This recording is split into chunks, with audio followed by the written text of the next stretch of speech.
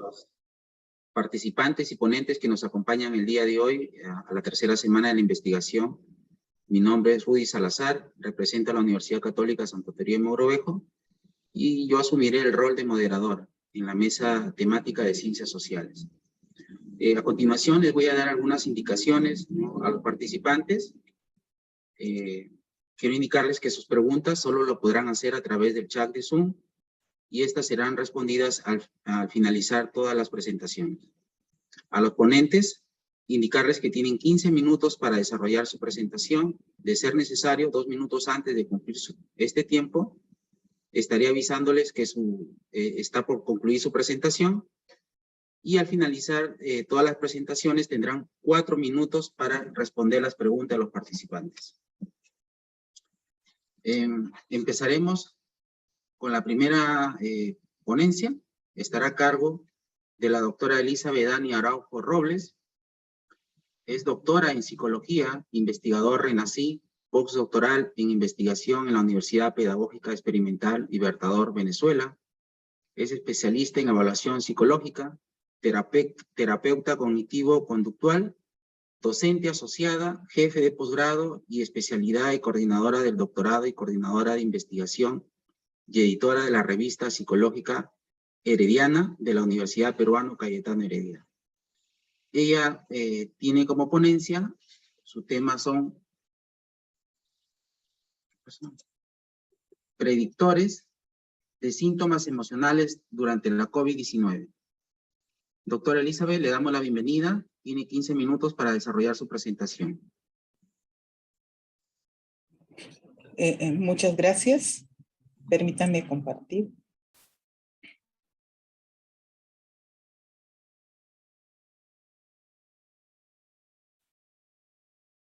¿Sí? Todavía no, ya está cargando. Ya podemos ver su presentación. Muchísimas gracias. Muy buenos días a todos ustedes. A nombre de la Universidad Peruana Cayetano, tenemos la invitación a la Red Peruana de Universidades para la participación en esta tercera semana de investigación, especialmente porque nos permite compartir algunos alcances empíricos que hemos llegado en este contexto de la pandemia, especialmente comportamientos frente a esta situación, a lo que hemos llamado predictores de síntomas emocionales durante el COVID. Hoy en día sabemos que en el contexto del COVID hemos tenido que pasar acciones que han movilizado nuestro comportamiento. Los cambios en nuestras condiciones de vida han generado pues un fuerte impacto en el estilo de vida en general. Cuando hablamos del estilo de vida, estamos refiriéndonos a aquellas actividades que habitualmente estamos a hacer, llámese ejercicios, llámese alimentación. También el estilo de vida involucra la preocupación por la salud y el modo de afronte. Estos dos últimos elementos han cobrado mucha relevancia cuando nosotros en un contexto anterior podríamos de repente tener cierto interés por la salud y por las alteraciones de esta, de manera biológica especialmente, y la procrastinación por la salud es bastante común. Pero frente a estas circunstancias hemos encontrado de que se activó esta preocupación por la salud, dada la crisis. Y también fue necesario fijarnos cuáles son los modos de afronte que nosotros teníamos que adecuarnos a esta nueva circunstancia. El aislamiento social obligatorio ha constituido un elemento más aún activador de ciertas reacciones emocionales como la depresión, la ansiedad y el estrés. Ello se ha sumado entre los elementos más recurrentes el miedo y las reacciones de afectividad negativa, ¿no? Dando así evidencia de expresiones de comportamiento a la que se conoce como los síntomas de alerta de algunas condiciones de salud que se dan en la persona y que han constituido pues un factor que está recurrente en la persona, un factor que expresa el estado de la persona, la condición que podría estar alterando su estabilidad emocional. Los estudios que hemos realizado ¿sí? Nos refieren a un conjunto de síntomas emocionales dentro. Se ha seleccionado algunos que van a responder a los síntomas que hoy en día podríamos decir predictores para este contexto. Se conoce que la intolerancia, la incertidumbre, la condición de no saber cuáles van a ser las condiciones de vida que se tenía en el momento, el reconocer que de pronto no teníamos claro una circunstancia de cómo sería nuestra vida personal, nuestra vida laboral, ha generado una suerte de estados emocionales para la salud mental importantes, como es el caso de la ansiedad, de la depresión y el estrés. Se encontró que por factores moderadores de intolerancia a la 7 de cada 10 personas adultas tuvieron indicadores de ansiedad, siendo los más recurrentes las personas que estaban con mayores niveles de ansiedad estado en riesgo de personalidad. Se encontraron de que en cuanto a la depresión, 5 de cada 10 personas con intolerancia a la incertidumbre cayeron en este estado anímico. Y lo que llamó más la atención es la situación, 8 de cada 10 personas, ¿no? Tuvieron niveles entre alto y de riesgo en cuanto a la condición del estrés. Otro elemento también importante ha sido la información dudosa. ¿A qué nos referimos? A no tener objetividad y no tener una certeza de cuánto es verdad la información que se podía recibir. Mediante de comunicación, mediante los reportes, mediante comunicaciones personales, se encontró que las informaciones dudosas han sido los principales generadores y mediadores del miedo como una condición de ansiedad especificada, de inseguridad y de falta de toma de decisiones en su momento oportuno. Respecto a esto, en cuanto al miedo, se encontró que la mayor incidencia era entre mujeres de 25 a 40 años y menor nivel en esta condición para las mujeres del grupo etario de 21 a 60 años. Asimismo, se evidenció que estos frecuentes en personas que estaban asociadas a una tarea laboral de salud que aquellos que tenían otras actividades no relacionadas a la atención en la salud. En cuanto a la inseguridad, ¿no? Fue necesario verificar, ¿no?, el grado de inseguridad que reportaban las personas y ciertas condiciones respecto a la percepción que tienen en cuanto a lo que viene a ser qué es lo que espera como expectativa, ¿no?, qué es lo que espera como interés personal, encontrándose que este nivel de inseguridad era mucho más marcado en los niveles de socioeconómicos altos que en los bajos. La toma de decisión se ha considerado como un elemento importante especialmente para las personas que tenían niveles diferentes en cuanto a nivel de instrucción. Los niveles de instrucción superior incompleta, los que tenían menores niveles de toma de decisión que lo de educación superior o profesional. Otro elemento que también es muy importante y que ha derivado de ello y que es por lo cual ha generado una serie de condiciones anímicas ha sido la forma en cómo la persona ha percibido la percepción sobre el COVID, ¿no? Los estados más recurrentes en cuanto a estos estados emocionales han sido el pesimismo, la inestabilidad emocional y el estrés, ¿no? Tenemos en cuanto al pesimismo que el 70% de personas reportaban una percepción de pesimismo frente a esta condición de cómo es que percibían la conducción o cómo se daban las noticias, ¿no? Que era el factor que era este estado emocional. El 30% de personas reportaron en un primer momento inestabilidad emocional. Pero aquí algo muy importante que se ha valorado es que se buscó saber cómo es que percibían y cómo es que conceptualizaban esto de la inestabilidad emocional, ¿no? Cuando se controló que la inestabilidad emocional debía ser entendida como el modo de control, entonces el porcentaje se visualiza mucho más alto, que se refiere al 80%.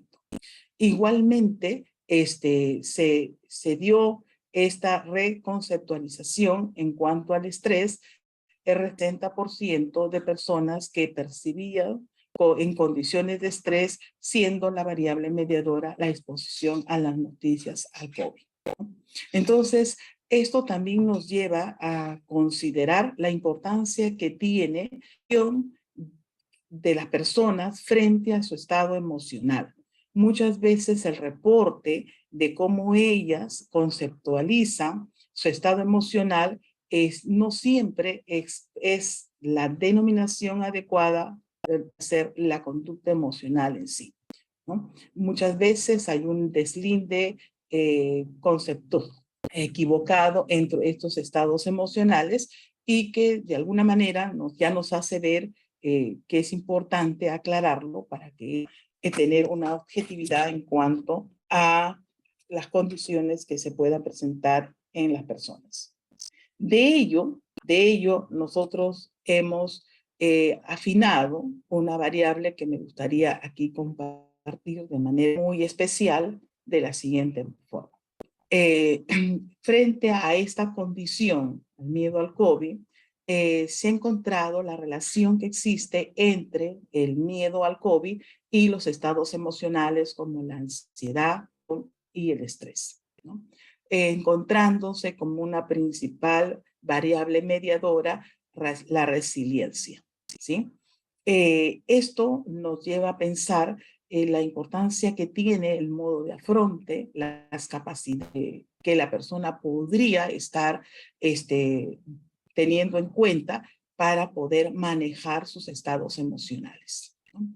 Se ha hecho el reporte y también el análisis en cuanto al sexo, considerándose que si la variable resiliencia es mediadora al miedo al COVID y los estados emocionales, se ha encontrado un nivel mucho más fuerte en las mujeres que en los varones, ¿no? Asimismo, se ha encontrado un nivel menor en aquellas personas profesionales que estuvieron en primera línea que aquellas personas que no participaron activamente, laboralmente, como personas denominadas en primera línea, ¿vale? Es decir, profesionales que pudieron estar en tareas distintas a la del salud, ¿sí?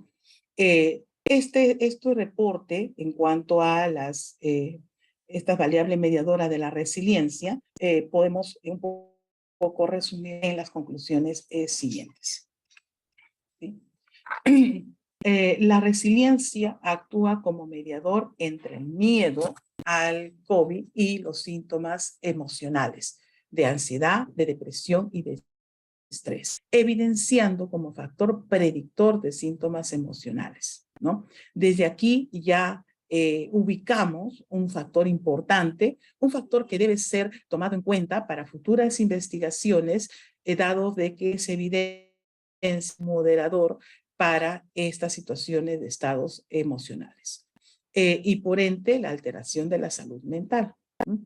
Por lo que se asumiría que las competencias de afronte van a constituir un predictor para la salud mental. Desde esa línea se están desarrollando estudios que nos llevan a considerar que si queremos orientar, ¿no? Intervenciones que permitan, debemos considerar este factor como un elemento importante. pues influye en el bienestar integral y puede ser un factor protector de síntomas psicopatológicos. Cuando hablamos de los factores protectores de los síntomas psicopatológicos, en estudios anteriores ya hemos evidenciado de que existen ciertas condiciones personales que de una u otra manera se convierten en factores de riesgo para estos síntomas psicopatológicos. Hoy estamos dando a conocer que dentro del contexto del COVID, uno de los factores que podríamos tener en cuenta es justamente la resiliencia.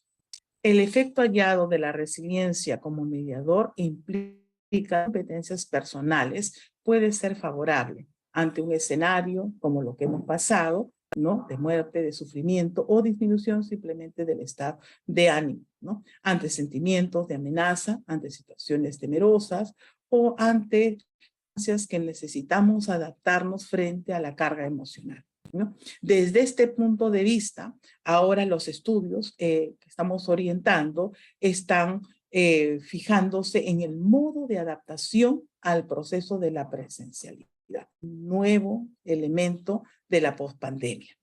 La relación alta y negativa entre la resiliencia y el miedo al COVID es mayor, como les decía, en las mujeres y en los varones, por lo cual tanto, este elemento debe considerarse investigaciones que puedan permitir diferenciar y establecer criterios de patrones culturales y de género que podrían estar siendo importantes como variables predictoras futuras de otras condiciones. Sabemos que, si bien es cierto, los profesionales de primera línea son las personas que han estado en mayor riesgo en esta etapa del aislamiento social obligatorio, hoy en día también son personas las que son mayores vulnerabilidades para sus estados emocionales, ¿no? Entonces, también existen evidencias que nos dicen que son necesarios tener en cuenta características y fortalecimientos de competencias personales en estas personas que permitan retornar a sus labores de una manera eficiente. Finalmente, el efecto mediador de la resiliencia es más fuerte en los estados de ansiedad y de estrés, ¿no? Que en la depresión. Pero esto se pueda deber a que los factores que condicionan a los estados de depresión no propiamente son estados situacionales, sino también están combinados con otros estados no personales y que vienen como ya comportamiento en las personas. Mientras que los estados de ansiedad pueden activarse ante situaciones amenazantes y de crisis, y los estados de estrés pueden activarse frente a la capacidad o que tiene la persona para controlar las actividades personales y el manejo y planificación de recursos. Muchísimas gracias. Muy agradecido, doctora Elizabeth Araujo. Agradecemos por su presentación y continuamos con la siguiente ponente. Nos acompaña el doctor Marco Espinosa Maguiña. Él es licenciado en Turismo y Hotelería de la Universidad San Martín de Porres de Lima, magíster y doctor en Educación por la Universidad Mayor de San Marcos de Lima. Cuenta con diplomados en Investigación Científica en la Universidad de La Habana, Cuba.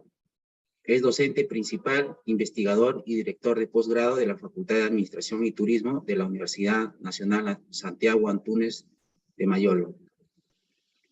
El tema que va a abordar el doctor en su ponencia trata sobre los factores de influencia en el rendimiento de los estudiantes de educación virtual durante la COVID-19, caso de la Facultad de Administración y Turismo de la Universidad Nacional Santiago Antúnez de Mayolo. Doctor Marco, le damos la bienvenida. Tiene 15 minutos para desarrollar su presentación. Muy bien, gracias, muchísimas gracias. Permítanme compartir, por favor.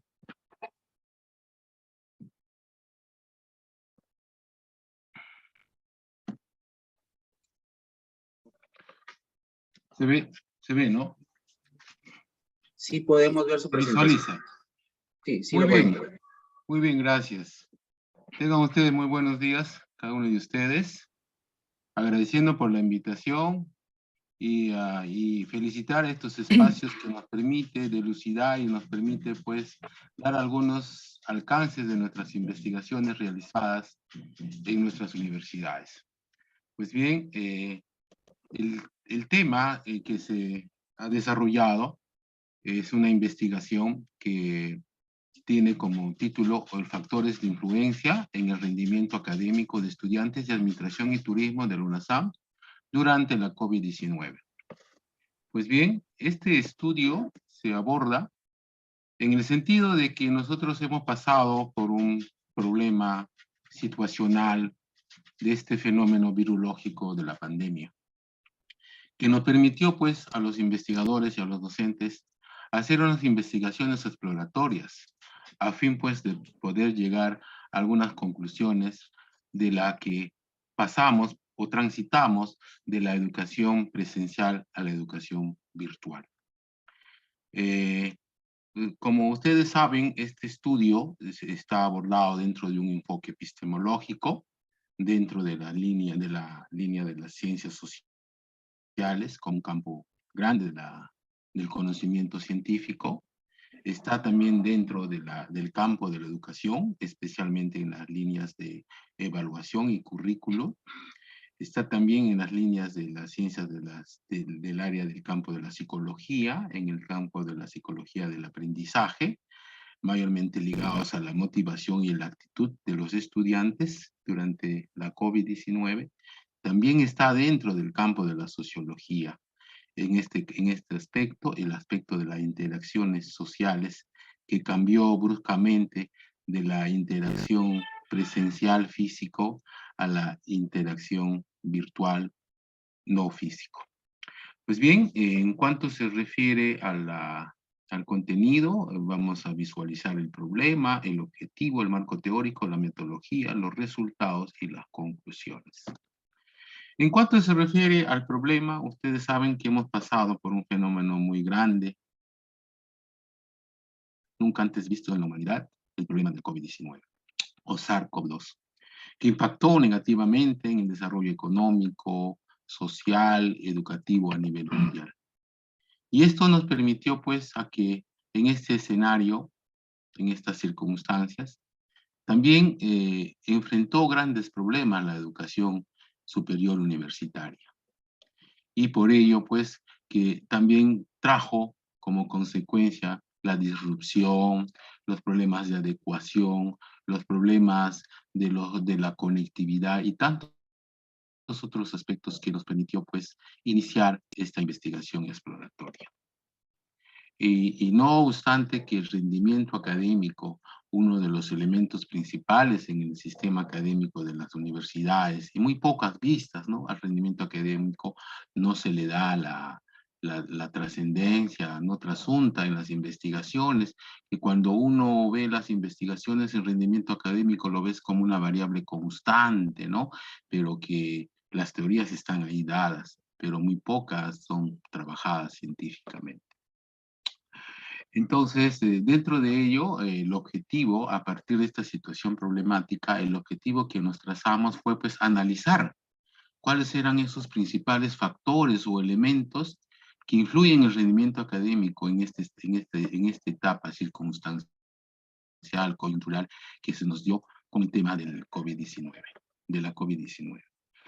Entonces, eso fue nuestro objetivo principal y para ello nosotros hicimos todo un trabajo investigativo a través de un marco teórico que en la cual nos permitió pues hacer revisiones de documentos oficiales de la UNESCO, ensayos, artículos científicos, tesis, pero que como todavía era algo coyuntural, circunstancial, habían ya algunos estudios, ¿no? Que nos permitió a nosotros registrarlos, como el caso de Ortega, de Lara, de Valdivieso, ¿no?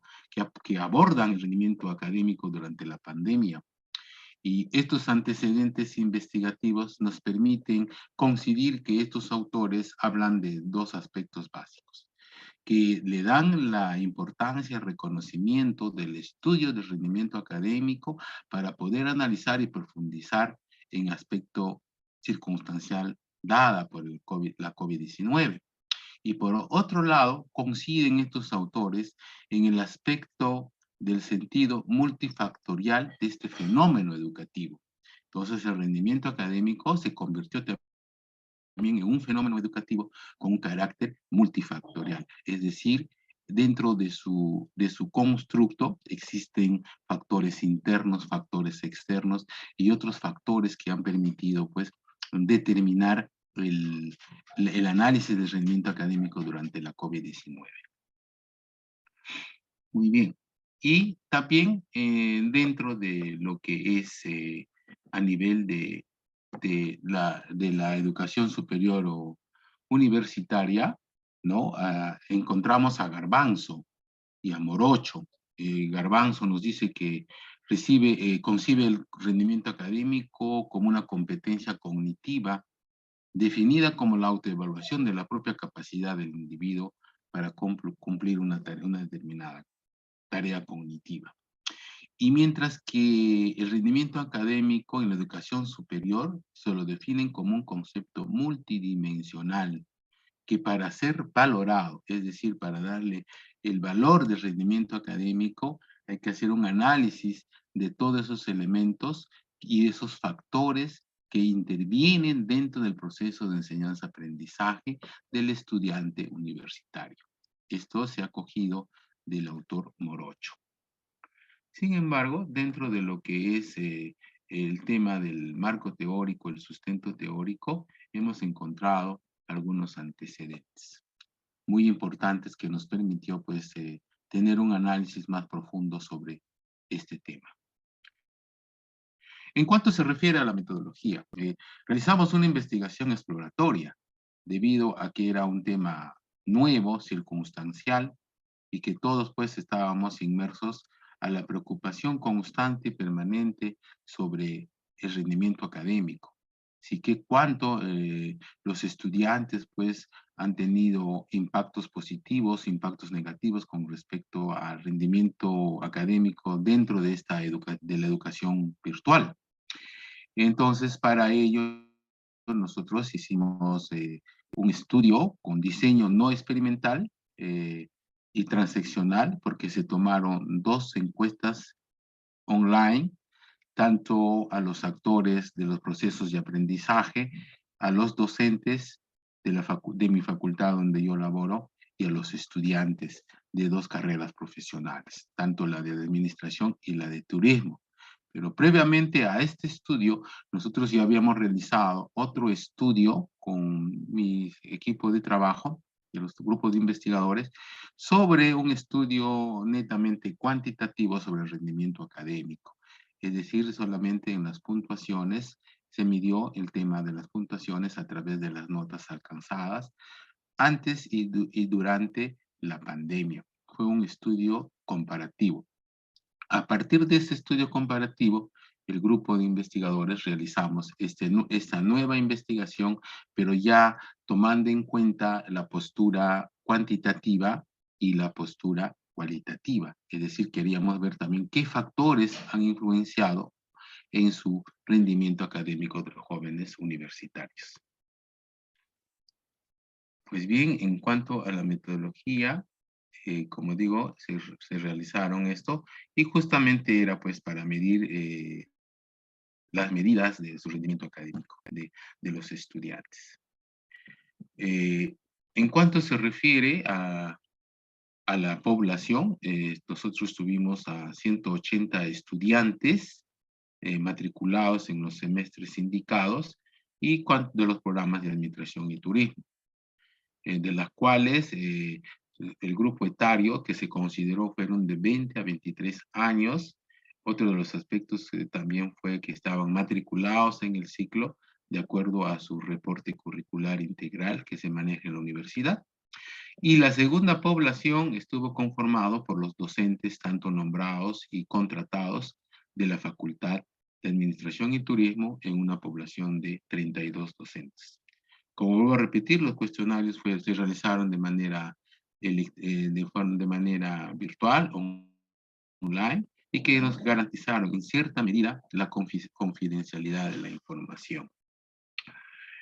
Pues bien, en cuanto se refiere a los resultados. Si bien es cierto, gracias a las estadísticas descriptiva e inferencial, nos permitió pues llegar a obtener los datos siguientes con lo que respecta a los factores dentro del estudio de la variable rendimiento académico.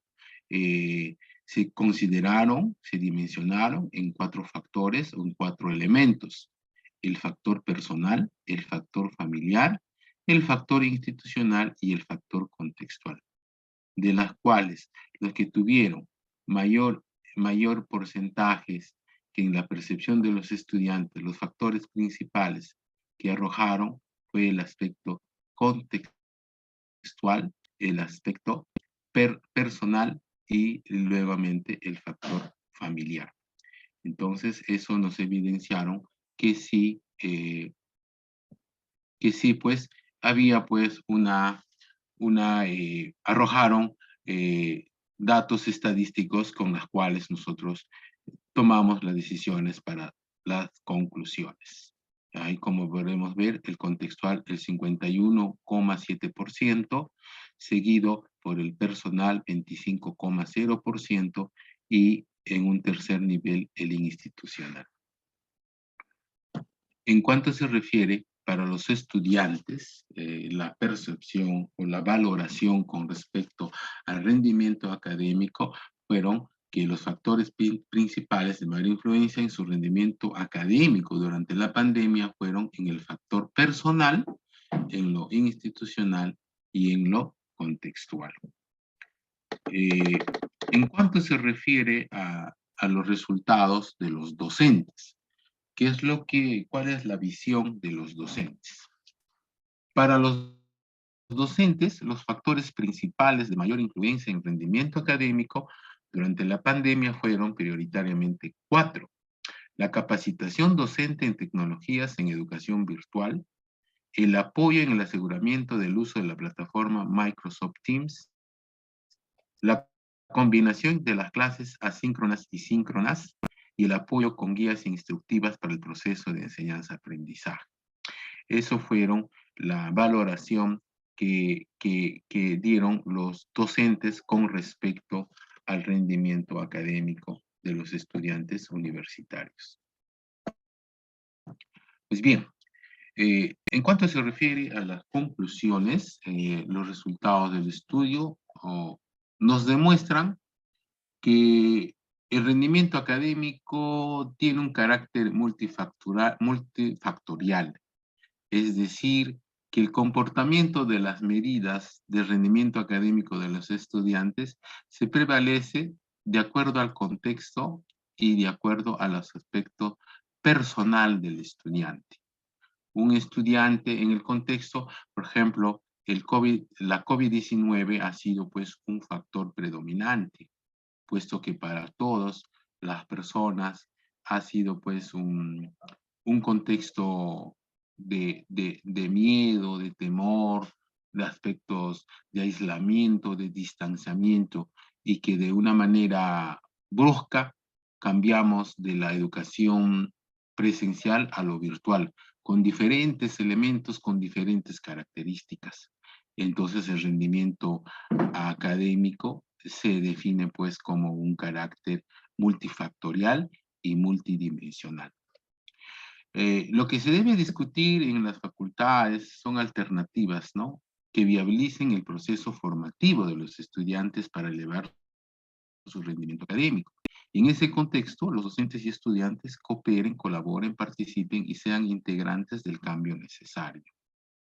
Claro, si sabemos que nosotros ahora estamos en un proceso de la pospandemia, entonces, sin embargo, esto nos permite, pues, a que tenemos que darle valor e importancia a la necesidad de que la educación virtual, la educación presencial, o sea, la híbrida o la mixta, van a tener un carácter importantísimo dentro de la formación de los jóvenes en la educación, puesto de que ya son escenarios que ya se han puesto en experiencia y por ende tenemos que continuar dándole siempre las innovaciones pedagógicas, nuevas formas, pero sin embargo estos contextos de enseñanza-aprendizaje creo que ya van a estar continuos y van a estar presentes dentro de la educación en el nivel superior universitario. Y por último, damos una mirada en proyección que pudiera exigir además un análisis del comportamiento de este fenómeno educativo en cada uno de los programas académicos de la facultad. Si bien es cierto, de acuerdo a las teorías, nos dicen que el rendimiento académico es contextual y que también depende de la realidad de cada estudiante, de cada institución, y a esto se suma factores también, los otros factores que podrían pues mejorar y que deben ser tratadas y con mayor énfasis esta variable del rendimiento académico en las universidades.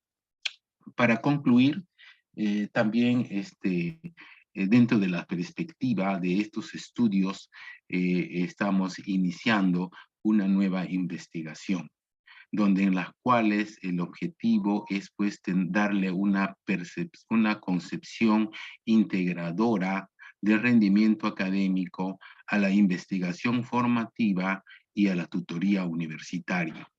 Dos elementos o dos factores que podrían mejorar y fortalecer las competencias y las habilidades de nuestros jóvenes estudiantes de la universidad. Y también esta investigación ha sido finalizada, concluida, y que también ya ha sido publicada en la revista Gestión Universitaria de la Universidad de La Habana.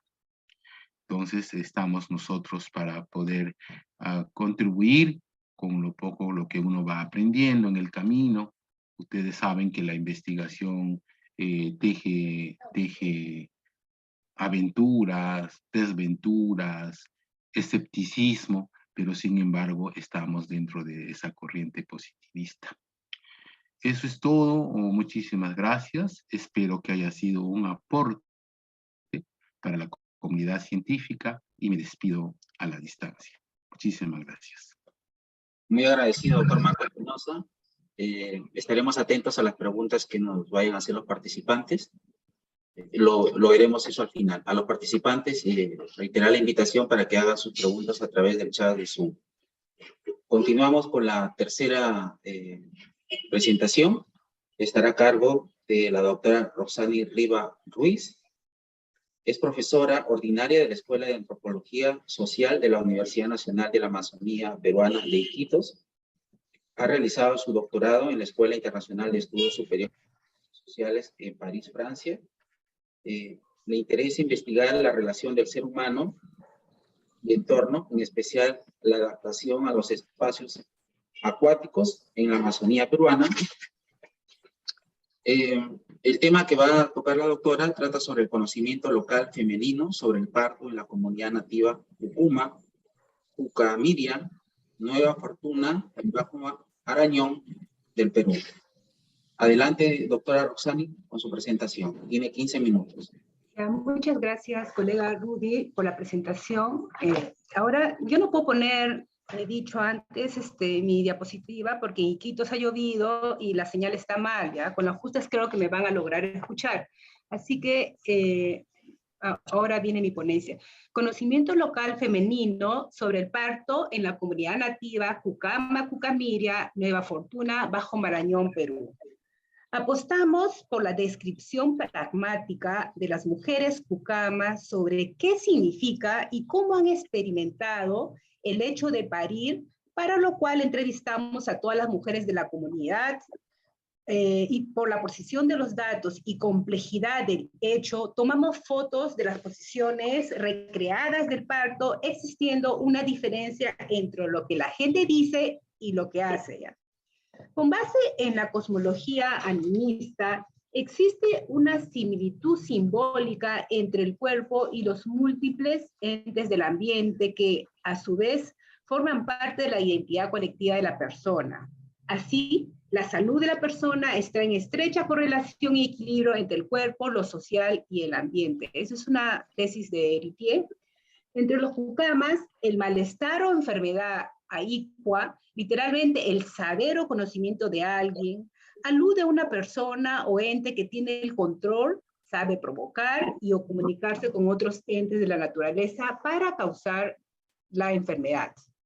Esto se expresa por el enfriamiento del cuerpo, cuyos síntomas son debilidad y decaimiento. En el castellano regional, el léxico Cutipa, préstamo del quichua, o cañupari en Cocama, traducido en el primer caso como contagio y en el segundo como debilidad, se produce cuando el espíritu de cualquier ente del entorno hace extensivos sus cualidades físicas, carácter, color, forma, sonidos, comportamientos, materias, etc., en el cuerpo de la persona y la debilita.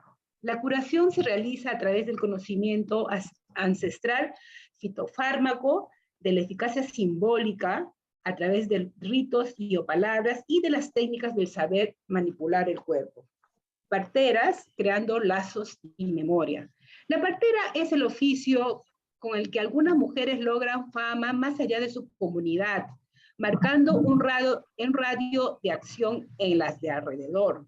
Ella, al tocar la sangre de recién nacidos durante el corte del ombligo, se transforma en comadre, es decir, madre simbólica, logrando tener en vida cientos de ahijados o hijos alegóricos. En la comunidad de Nueva Fortuna se han identificado 5 parteros, 4 mujeres y un hombre. Si bien esta ocupación es femenina, poseyendo mayor prestigio las viejitas por tener más experiencia, también hay hombres parteros que no necesariamente son chamanes. El chamán no solo interviene en casos excepcionales de partos dificultosos, sino en función de la influencia de su red social y de la facilidad del acceso a su servicio. La función de la partera o partero es cuidar y guiar a la parturienta, pronosticar el sexo del bebé, sobar y posicionar al embrión, realizar ligaduras por enfriamiento del cuerpo, atender y ayudar en los partos. Una buena partera tiene paciencia, sabe respetar el ritmo y desarrollo natural del parto. Así lo explicita Hermelinda. Me agradecen, ¿sabes por qué? Hay parteras que por hacer rápido, antes de la hora dicen, haga fuerza, y cuando el bebé ya está por nacer, la madre no tiene fuerza, se debilita. Embarazo. Desde pequeña se moldea y educa el cuerpo de la mujer principalmente para su función productora de hijos y por lo tanto reproductora de la sociedad. La madre, en la crianza de las hijas, practica los secretos de las viejas antiguas, transmitidas e instruidas de generación en generación, y aliena el cuerpo reproductor de su hija para que de adulta alumbre sin complicaciones y sin expresar dolor. Los objetos o entes manipulados, las tareas femeninas ejecutadas o los alimentos ingeridos en la infancia cutipan, contagian a la pequeña de manera que incorpora en sí misma sus cualidades o propiedades que más tarde se expresan en el embarazo o el parto. Entre los jucamas, una mujer se embaraza por el intercambio de fluidos, percibidos como sangre, en las relaciones sexuales durante o poco después de la menstruación, porque ella en este periodo se encuentra fresca o verde y con el vientre vacío. En esta lógica, durante su menstruación, una mujer puede embarazarse de seres no humanos. Entre humanos, poco después de la menstruación, al encontrarse los fluidos de la mujer y la del hombre, ambos se coagulan y forman a la criatura. Una parturienta continúa realizando las actividades cotidianas propias de su género, o sea, en la casa, en la chacra, se divierte jugando fútbol o vóley, o como pareja acompaña a su marido en las actividades conjuntas de pescar, comprar, vender. Asimismo, no varían las frecuencias de las relaciones sexuales con el marido. Los varones expresan la necesidad de aceitarla, pues el semen, más que nutrir al feto, contribuye a lubricar y conservar la vagina flexible. Dichas relaciones favorecen y mantienen la calentura del cuerpo de la mujer. Un hombre decía, es mejor, o sea, las relaciones sexuales, ahí la mujer está calentando su cuerpo, está entrenando, ahí, risas, o sea, a modo de risa, ¿ya? Un cuerpo caliente dilata fácilmente y el perinatal se expulsa sin problemas. De los 300 partos registrados en 61 mujeres, 64.7% de embarazos tuvieron el control prenatal intercultural, tanto por las parteras como por el puesto de salud pública, adquiriendo, en este último caso, vitaminas, y el 35.3% de las mujeres solo tuvieron seguimiento de las parteras. En este último caso eran las mujeres de la tercera generación, ¿ya? La sobada, acto de engendrar al feto para el parto. Perdón, acto de enderezar al feto para el parto. Sobar, Itzimataca en Cucama, hace referencia a la sustancia flemosa o grasosa usada para frotar el abdomen. En general, no se soba al seco. La partera o la parturienta utiliza la grasa o el huevo de la gallina negra, de la raya o del zorro para sobar la barriga. Estas especies son muy reputadas por tener sus proles rápidamente y sin sufrimiento. La sobada es la práctica más realizada para saber o ver el sexo del hijo, acomodar o corregir su posición. De las 61 mujeres entrevistadas, 93.4% fueron sobadas por parteras. Asimismo, hemos registrado un promedio y moda de 3 sobadas por preñez. Estadística correlativa a la opinión extendida de las mujeres que no vale sobarse mucho. La ligada, acto de calentar el cuerpo cuando enfría. Faltando pocos meses para dar a luz, entre los 7 a 9 meses de embarazo, la parturiente suele ligarse sicaca en Cucama, literalmente sudar, vapor, que en castellano regional se expresa sudor o vapor seco. De las 61 mujeres entrevistadas, 82% realizaron la ligada. Asimismo, registramos un promedio y moda de 2 ligadas por embarazo, realizadas de preferencia en las noches. Esas ligadas, esa es una expresión de una mujer, ¿ya? Esas ligadas hacen que la mujer no sufra al dar a luz, porque algunas son resfriadas, entonces demora en dar a luz, tiene mucho más dolor y se hincha. Para esto la partera la va preparando. Desde más o menos 5 meses por adelante ya empiezan a hacerle sus ligadas mensuales. Antes que llegue el dolor, es otra expresión de otra mujer, el tiempo de dar a luz empieza a doler la criatura. La barriga duele como si vas a dar a luz, te impide pues, pero no porque todavía es el tiempo, no porque todavía vas a tener el bebé, eso es el frío. Aquí ya se están enseñando básicamente por qué se ligan, ¿ya? Para ligar se recolectan diferentes especies de plantas cuyas hojas caen fácilmente. Esas son las plantas calientes, son las que no saben morir en tiempo de invierno, creciente de río. Aunque se inundan, sus raíces adentro del agua permanecen frescas. Esas plantas vegetales son cálidas, son plantas para el resfrío. Entonces, cuando tú te ligas, te calientan, te caldean. La planta es fuerte, entonces te hace fuerte. El parto. Parir es una cuestión de adultos. Tradicionalmente no permitían a los niños participar o observar un alumbramiento. Por eso proclamaban, muchachos, váyanse a jugar por ahí. Era una forma de protegerles del contagio.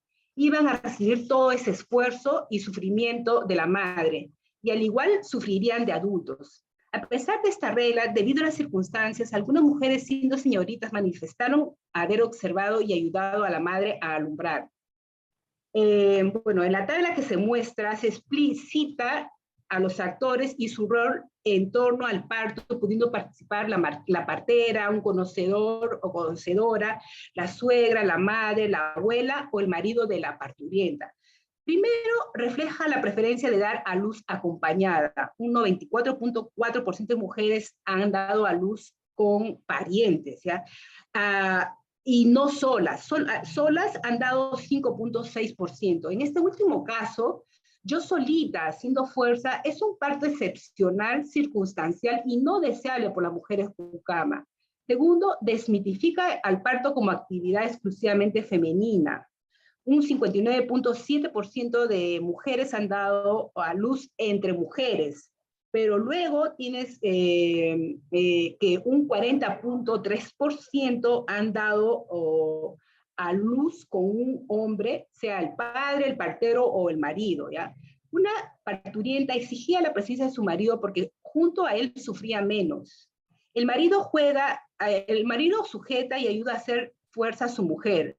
Estos hombres se catalogan como fuertes. Durante el acto evita a toda costa tocar la sangre expulsada por la mujer. Pocos hombres expresaron ayudar en el primer parto de su mujer por ingenuidad, quedando traumados con la experiencia, de manera que cada vez que ella volviera a dar a luz, literalmente iban a pescar. Asimismo, el rol protector y de cuidado del marido se extiende al postpartum, ya que con anterioridad se encarga de extraer y preparar los remedios vegetales para evitar la hemorragia sobre parto, o también el hombre cocina durante los primeros días de resguardo. La mínima expresión del dolor se sanciona colectivamente, difundiéndose el hecho de manera oral como contraejemplo para todas las mujeres. Para dar a luz hay que ser una persona bien valiente, porque es un dolor, no te imaginas, insoportable. ¿Tú has gritado? Y yo le pregunto, ¿tú has gritado cuando has dado a luz? No, gracias a Dios no. Entonces, ¿no has gritado nunca? Le pregunto. En mi primera hija sí, su macho. Yo sentía que ya me estoy muriendo, tenía 16 años, yo sentía que el mundo se me viene encima con el dolor. Yo sentía, parece que nunca lo voy a tener. Cuando yo iba a dar a luz, pues era chiquilla en mi primera hija. Ahí sí di 2 gritos bien dados. Mi mamá, ay, no me grites, agárrate de acá. Me tapaba mi boca para no gritar. La mujer dice, por ser mujer, tiene que ser bien valiente para que tenga hijo, porque según decían, si has gritado en uno, en todos vas a gritar. ¿Qué significa dar a luz en casa y no en el puesto de salud? A la hora de parir, se privilegia el espacio de la casa, imponiéndose así la fuerza de la costumbre.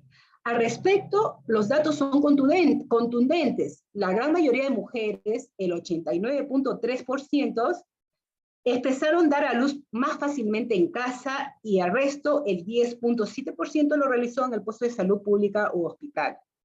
Dar a luz en casa explícitamente estampa la identidad colectiva de la persona. A través del parto se construye intimidad grupal. La mujer se abre al grupo y éste se revela como su soporte, logrando la plenitud como cuerpo social. Alude a la fuerza y el valor de la familia.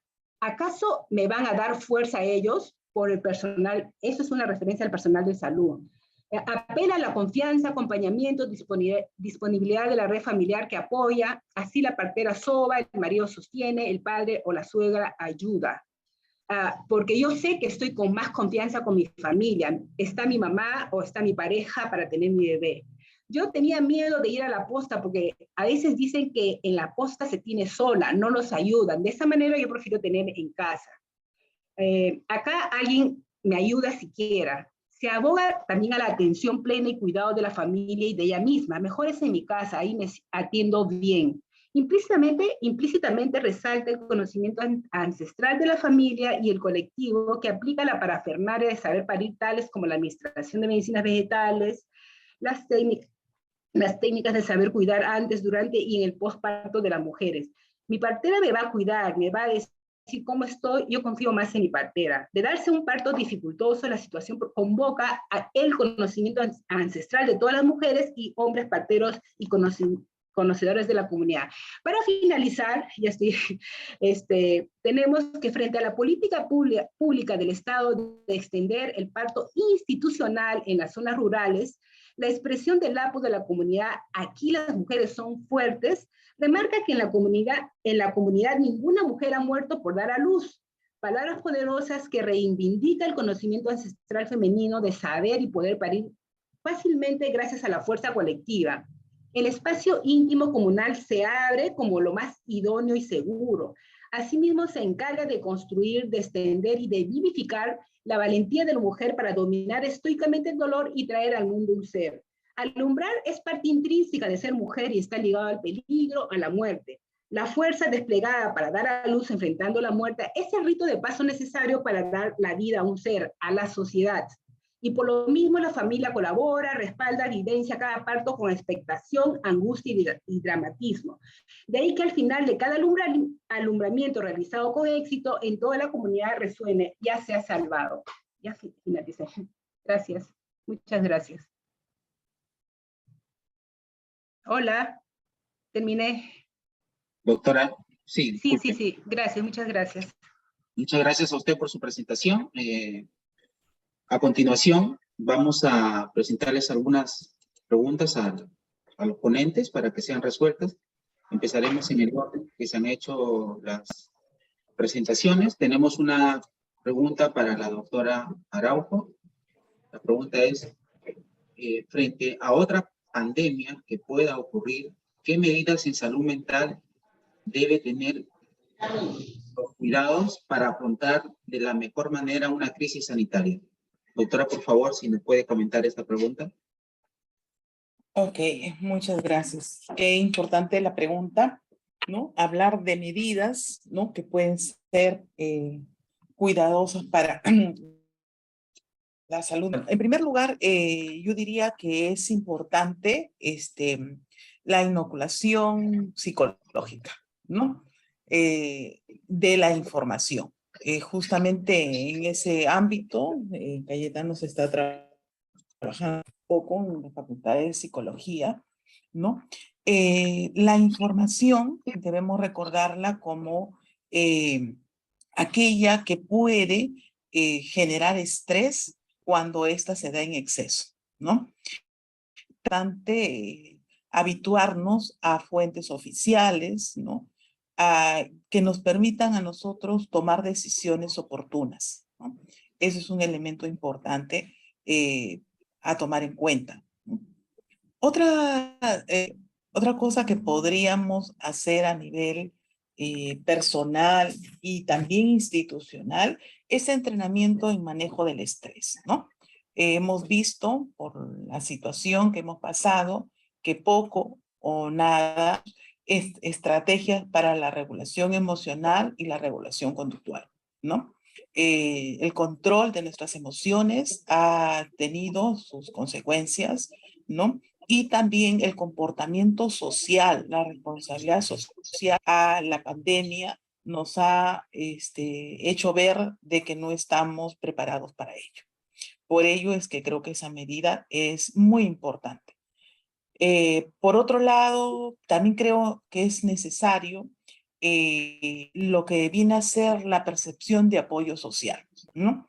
Esto también es una situación muy importante, la necesidad de poder tener una percepción positiva del apoyo, ya sea de la familia, los amigos, extrafamiliares, porque esto es un recurso que empodera a la persona para poder enfrentar situaciones, ¿no?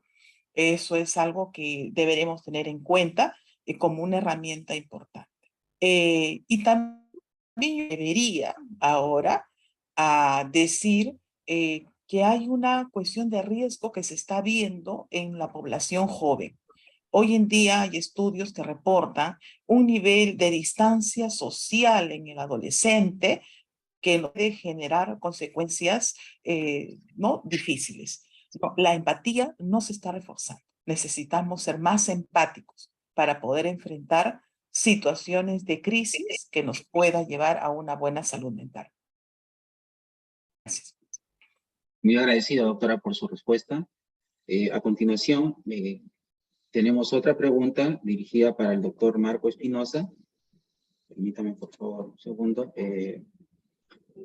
La pregunta dice si ha realizado un estudio exploratorio, ¿por qué estimó un enfoque cuantitativo y no cualitativo? ¿Qué criterios metodológicos y estadísticos se tomaron para el desarrollo de un trabajo exploratorio? ¿Por qué no plantear un estudio de caso en el enfoque cualitativo? Por favor, doctor, su respuesta. Su audio está silenciado. Bueno, muchísimas gracias por la pregunta. Bueno, en el aspecto metodológico, si bien es cierto, fue de carácter exploratorio, en el sentido de que el estudio se llevó a cabo dentro de un contexto específico, dentro de la COVID-19. Por ende, exploratorio porque aún todavía los trabajos que habíamos encontrado en la literatura como los antecedentes, aún todavía habían pocos estudios, casi nada, especialmente a nivel nacional encontramos solamente la de Figallo, de una universidad, de un docente universitario, donde la cual se empezó a trabajar el rendimiento académico dentro de la COVID-19. Sin embargo, el tema fue cuantitativo debido a que se tomaron 2 cuestionarios para poderlos convertirlas en datos, luego en información y luego en conocimiento. Estos datos estadísticos fue cuantitativo porque tomamos el tema de los 2 cuestionarios, tanto a los estudiantes involucrados y a los docentes, para poder tener de ambas partes una mejor apreciación, percepción y valoración al rendimiento académico. Ahora, con respecto al enfoque cualitativo, si bien es cierto, sí se podría trabajar el enfoque cualitativo dentro del rendimiento académico, pero sin embargo, no lo trabajamos ni el enfoque cualitativo o de repente un enfoque mixto, cuanti, quali, quanti, ¿no? Para poder de repente tener mejores perspectivas en el estudio. Entonces, lo que se tuvo como base para emprender esta nueva investigación fue justamente un estudio netamente donde medimos el comportamiento del rendimiento académico a través solamente de las notas, de las calificaciones dados en los semestres indicados y en cada asignatura. Entonces, eso nos permitió tener un resultado de tipo cuantitativo. Ahora, si nos vamos a la génesis del rendimiento académico, si bien es cierto, puede ser demostrada de 2 maneras. El rendimiento académico de carácter cuantitativo, es decir, que se puede hablar del comportamiento o de las medidas a través de las notas, a través de los registros de notas y de evaluación. Y el otro parte podría ser de un enfoque cualitativo en que cuanto al rendimiento académico puede ser visto como un factor predictivo o un elemento predictor. Gracias. Doctor, tenemos otra consulta también para usted. Permítame, por favor. Pregunta el participante Elmer Américo Silva, dice, si realizaron previamente una investigación exploratoria factorial, dice, se hubiese tomado en cuenta el factor más significativo. Esto se convierte en variable independiente y el rendimiento académico pasaría a ser la variable dependiente. Por lo tanto, se daría paso a realizar una investigación cuantitativa con todos sus requisitos. ¿Qué nos puede comentar, por favor, doctor? Bueno, si bien es cierto, puede haberse dado de esta manera, tener una variable independiente y dependiente.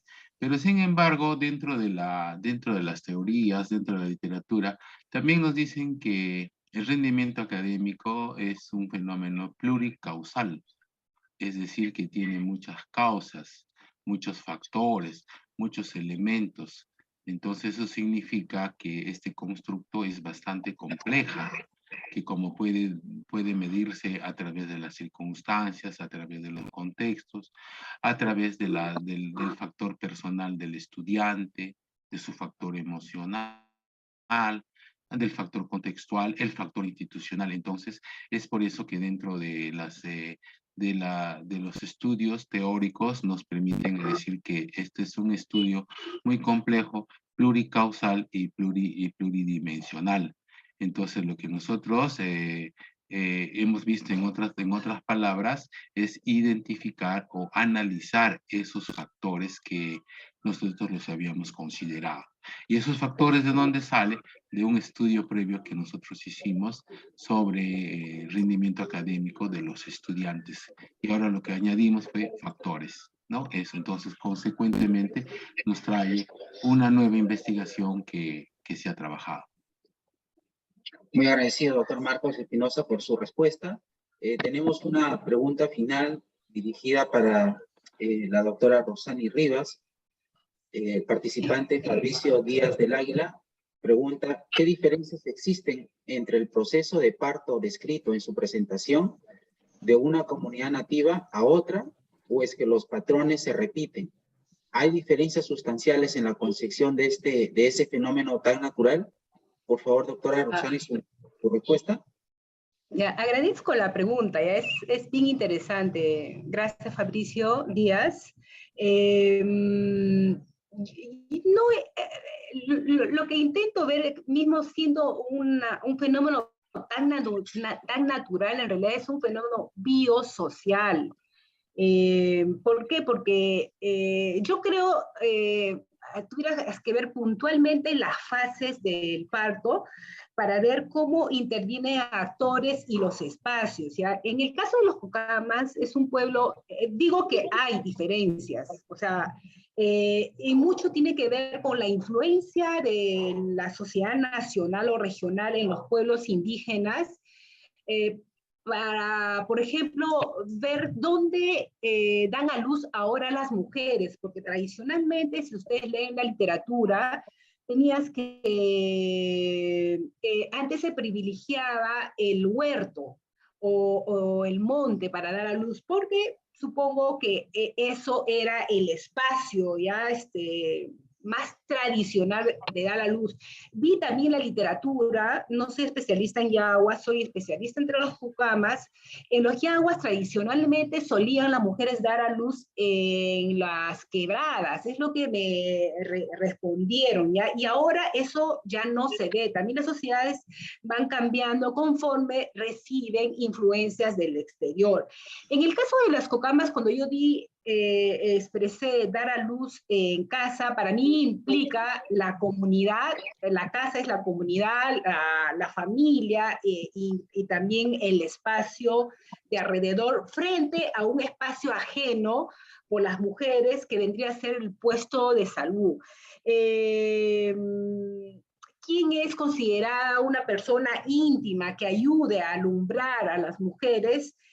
Porque las mujeres sí son, digamos, expresan que el parto es una acción muy íntima, ¿ya? Que no les gustan que les vea el cuerpo. Entonces, ¿quiénes realmente entran en ese espacio íntimo que puntúan las mujeres? Va a variar, digamos, entre las sociedades. Yo, por ejemplo, he tenido experiencias, o sea, he estado dirigiendo tesis entre los aguajú. El hombre tenía un poder más central, ¿ya? De ayudar a la mujer a dar a luz en el bosque, o sea, o en las chacras. Y hacían una estructura de palos para que la mujer se apoye en eso. Como se va, eso es tu respuesta que depende de las,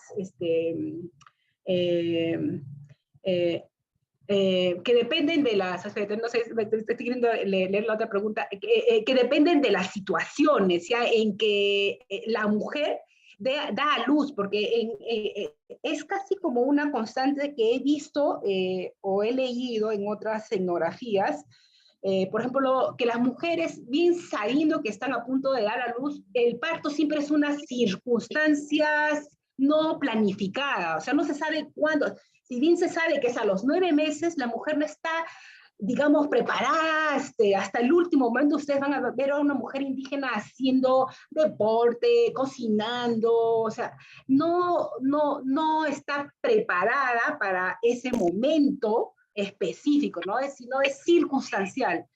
No sé qué pregunta, no sé si te he respondido la pregunta, sorry, porque es bien complicada. Incluso también tiene que ver mucho el concepto de persona, ya que es cuerpo, que es que cada pueblo indígena marca y cómo influye el animismo, porque todos los pueblos indígenas amazónicos tienen una cosmovisión animista, y cómo el entorno es también parte potencial importante de cómo va a venir el parto, o sea, de una mujer.